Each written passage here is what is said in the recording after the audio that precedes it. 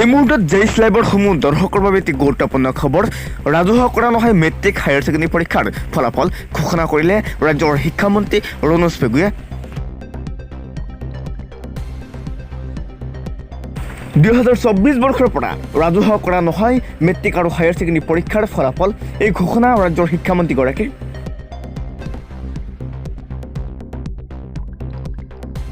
শুকুৰবাৰে এক সংবাদমেল সম্বোধন কৰি শিক্ষামন্ত্ৰীগৰাকীয়ে পৰীক্ষাৰ ফলাফল শিক্ষাৰ্থীসকলৰ একান্ত ব্যক্তিগত বিষয় আৰু এই সন্দৰ্ভত ওচৰ চুবুৰীয়া বা আন কোনোৱে জনাৰ প্ৰয়োজন নাথাকে বুলি ঘোষণা কৰে।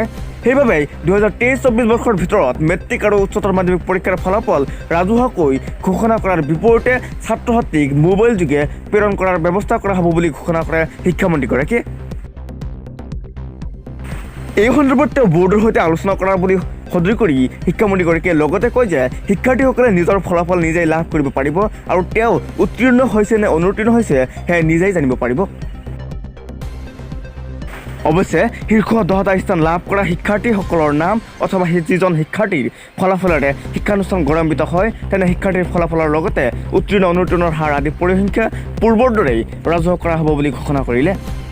উল্লেখযোগ্য যে ৰাজ্যত প্ৰতি বছৰে ঘোষণা হোৱা বিভিন্ন পৰীক্ষাৰ ফলাফলত সন্তোষজনক ফলাফল প্ৰদৰ্শন কৰিব নোৱাৰি বহু ছাত্ৰ ছাত্ৰীয়ে নলবলগীয়া সিদ্ধান্ত গ্ৰহণ কৰা পৰিলক্ষিত হয়। এনে পৰিপ্ৰেক্ষিতত শিক্ষামন্ত্ৰীগৰাকীয়ে কৰা সিদ্ধান্তৰ আগন্তুক সময়ত ছাত্ৰ ছাত্ৰীক পৰীক্ষাত ভাল ৰিজাল্ট কৰিব নোৱাৰাৰ বাবে ভুল পথ বাছি লোৱাৰ পৰা বিৰত ৰাখিব বুলি বহুতে মত প্ৰকাশ কৰিছে।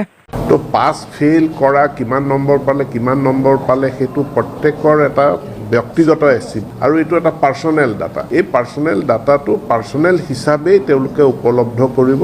আমাৰ যিসকলে ষ্টেণ্ড কৰে সেইখিনি থাকিব। কোনোবাই এক্সট্ৰা অৰ্ডিনেৰী ভাল ফলাফল কৰিছে এইটো প্ৰকাশ পাব। কিমান পৰিসংখ্যাবিলাক প্ৰকাশ পাব, কিমানে ফাৰ্ষ্ট ডিভিজন পালে, কিমানে ছেকেণ্ড ডিভিজন পালে, কিমানে থাৰ্ড ডিভিজন পালে, কিমানে ফেইল কৰিলে, সেই